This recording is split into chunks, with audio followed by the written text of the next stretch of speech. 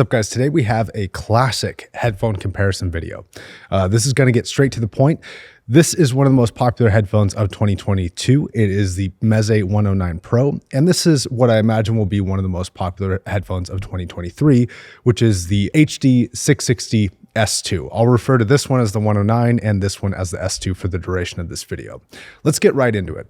In terms of build quality, these are two very good builds with two very different philosophies. This one uses a spring steel headband that has a lot of flex and maneuverability and robustness. There's really no reason why this would ever fail within your lifetime. It also features a very good kind of spring assisted headband structure, which conforms to the head nicely, and some wonderfully plush, very, very soft pads. Now, in comparison, the pads on the S2 are a little bit harder at first glance and first feel, but as owners of any 600 headphone know, this headphone very quickly conforms to your head to be one of the most comfortable long-term headphones on the market right now. It's also very, very light. Now, the material choices here really depend on what you value and what you appreciate. So this one is going to use metal and, of course, the classic wood cups.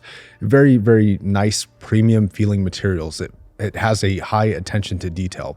On the other hand, the HD series has proven to be an extremely reliable build. Even though it is primarily made of plastic except for the grills on the outside, it really has stood the test of time, and we're yet to see if the 109s will last decades like the HD600 series has. Both are capable of being balanced, and they both come with two cables each. The 109 does come with two 3.5 millimeter cables though, so if you want to go balanced, you have to spend additional money to get more cables. And the S2 comes with a 4.4 millimeter balanced cable and a 3.5 millimeter unbalanced cable, so you can do balance right away if you have that 4.4 millimeter output out of your amplifier.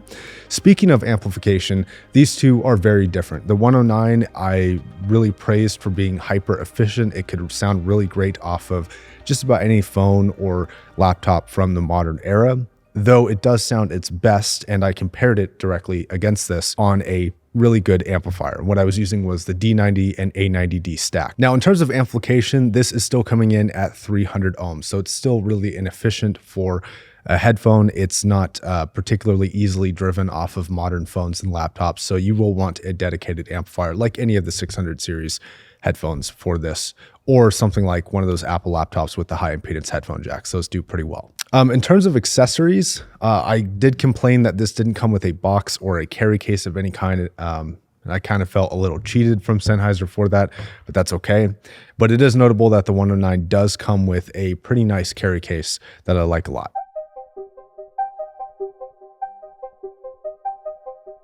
Now, for sound quality differences, these two couldn't be more different. They really have very different strengths and weaknesses, and they do not really cover the same territory, which makes this comparison both easy, but also makes your choice a little bit harder if you're deciding between the two. One of the factors that might make up your decision here is actually the price difference, this being $600 and the 109 being $800 at MSRP. The Sennheisers do tend to drop. I haven't seen these drop yet, but they're a fairly new design, so who knows when or if they will drop in price. But the standard 660S I saw for like 250 bucks the other day, which is I think half of what it originally MSRP'd for, if I'm not mistaken. That being said, still being premium, over $500 headphones, I think that the comparison, even though they're not exact, like eye to eye for cost, I still think that the comparison is worth it. But factor that into the sound differences here that I talk about.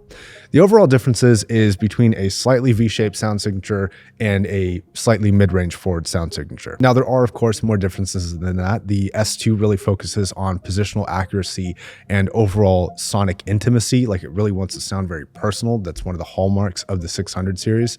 I think some legacy 600 headphones like the 6XX actually do intimacy a little bit better than this does, but compared to these two, this is definitely the more personal, very in your head feeling headphone compared to the 109 Pro. This is more external sounding than the S2 is. Now, the treble region is an area that is very, very different. The 109 Pro is far more detailed and far more forward in the treble response, and that could be a benefit or a detriment. I don't think that anybody would argue that more detail is worse, but I can see a legitimate argument for this being a little bit too bright or maybe fatiguing over long listening sessions, especially when compared to the S2. That's one of the benefits of the S2. It's not super detailed for the price, to be completely honest, but it is a very, very smooth and easy to listen to treble response.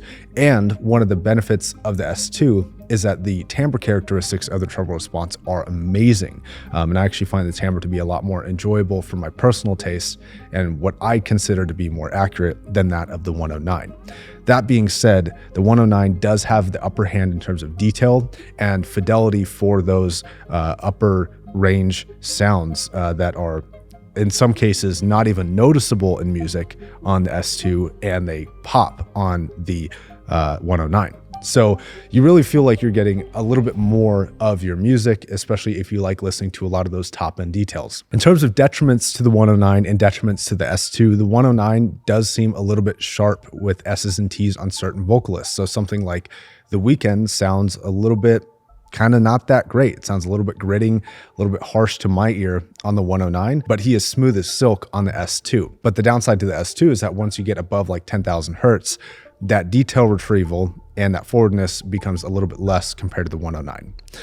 Now, when it comes to mid-range, this is a clear dominance for the S2. It is far superior in terms of every category for mid-range that I can really personally think of. It is more timbre correct. It's a lot more detailed for vocal response, even though I think this is a faster driver. It's less accessible for that detail retrieval than the S2 is. So maybe on a technical level, this is more detailed, but in terms of listening impressions, this is coming across far more informative than the 109 is. Now, not only is the mid-range benefiting from a frequency response, but that intimacy factor makes that mid-range so much more impactful. And when you hear a voice, it really pops on the S2. Now, the 109 on its own sounds very detailed in the mid-range. It sounds pretty good in the mid-range. I have no problem listening to it, but you don't realize how much this is missing for especially human frequency response, that human sound. The S2 just does it far better than this. And this is a little bit more upper mid-range focused. So a lot of those kind of, higher, brighter sounding vocalists tend to come across really, really forward on this. Whereas this has a good range of being fulfilled without being bloated in the lower mids, but it's also fulfilling, but not too bright in the upper mids. So I really like the presentation of the S2 a lot. This flips when it comes to the bass response though. The S2 is not very good for bass for $600 in my opinion. It doesn't substantially increase the status quo for what the HD600 series has kind of built. The 109 is simply superior here. I think both are about equivalent for bass detail, but accessibility and forwardness goes to the 109 easily. So yeah, if you're into bass, this is going to be your cup of tea. Let's talk about music genres and a couple of specific examples.